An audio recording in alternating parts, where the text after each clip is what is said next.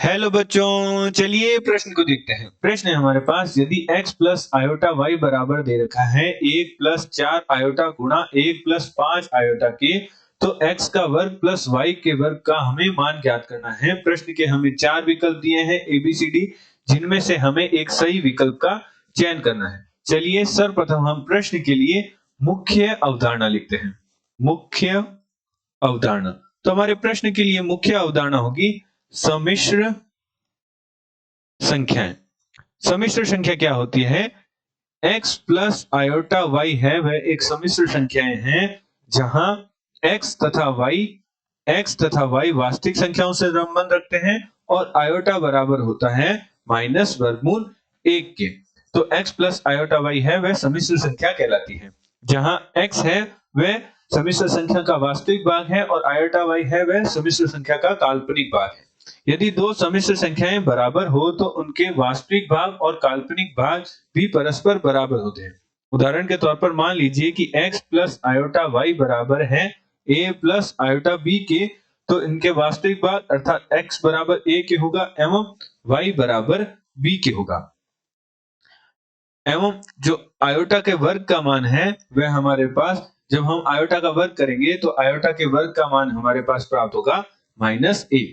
अतः प्रश्न अनुसार प्रश्न में हमें दे रखा है x प्लस आयोटा y बराबर 1 प्लस 4 आयोटा गुणा 1 प्लस 5 आयोटा और हमें x का वर्ग प्लस y के वर्ग का मान ज्ञात करने को कहा। तो चलिए सर्वप्रथम हम x और y का मान ज्ञात करते हैं। तो जो दाएं पक्ष में हमारे पास समीकरण दे रखी है उनकी गुणा करते हैं और बाएं पक्ष में हमारे पास है x प्लस आयोटा y, तो दोनों गुणनखंड की गुणा करते हैं तो 1 की गुणा होगी 1 प्लस 5 आयोटा से, तो हमारे पास प्राप्त होगा 1 प्लस 5 आयोटा, और प्लस 4 आयोटा की गुणा होगी 1 प्लस 5 आयोटा से, तो हमारे पास प्राप्त होगा 4 आयोटा प्लस 4 आयोटा गुणा 5 आयोटा। तो हमारे पास बाएं पक्ष में तो है x प्लस आयोटा y और दाएं पक्ष में हमारे पास प्राप्त होगा 1 5 आयोटा प्लस 4 आयोटा मिलकर बन जाएंगे 9 आयोटा, प्लस 4 गुणा 5 तो 20 हो जाएगा और आयोटा गुणा आयोटा आयोटा का वर्ग हो जाएगा जिसका मान होता है -1, तो हमारे पास प्राप्त होगा -20। तो हमारे पास दाएं पक्ष में मान प्राप्त होगा। बाएं पक्ष में तो हमारे पास है x प्लस आयोटा y और हमारे पास दाएं पक्ष में प्राप्त होगा, एक तो हमारे पास 9 आयोटा है और हमारे पास प्राप्त हुआ था -20 और प्लस का 1, तो हमारे पास प्राप्त होगा -19 प्लस 9 आयोटा। चूंकि दोनों जो सम्मिश्र संख्याएं हैं परस्पर बराबर है, अतः वास्तविक एवं काल्पनिक सम्मिश्र संख्याओं के वास्तविक एवं काल्पनिक भाग की तुलना कर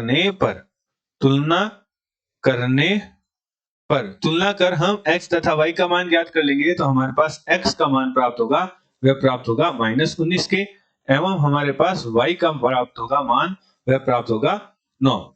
अतः प्रश्न अनुसार प्रश्न में हमें x का वर्ग प्लस y के वर्ग का मान ज्ञात करने को कहा था, तो हम x तथा y का मान रख देते हैं। तो x का मान है हमारे पास -19 का वर्ग हो जाएगा और y का मान है 9, तो 9 का वर्ग, तो -19 का वर्ग होता है हमारे पास 361 और 9 का वर्ग होता है हमारे पास 81। तो 361 प्लस 81 करेंगे तो हमारे पास प्राप्त होगा 442। तो चलिए प्रश्न के विकल्प देखते हैं। दिए गए प्रश्न में सी विकल्प प्रश्न का सही उत्तर है। आशा करते हैं आपको प्रश्न का समझ आया होगा। धन्यवाद।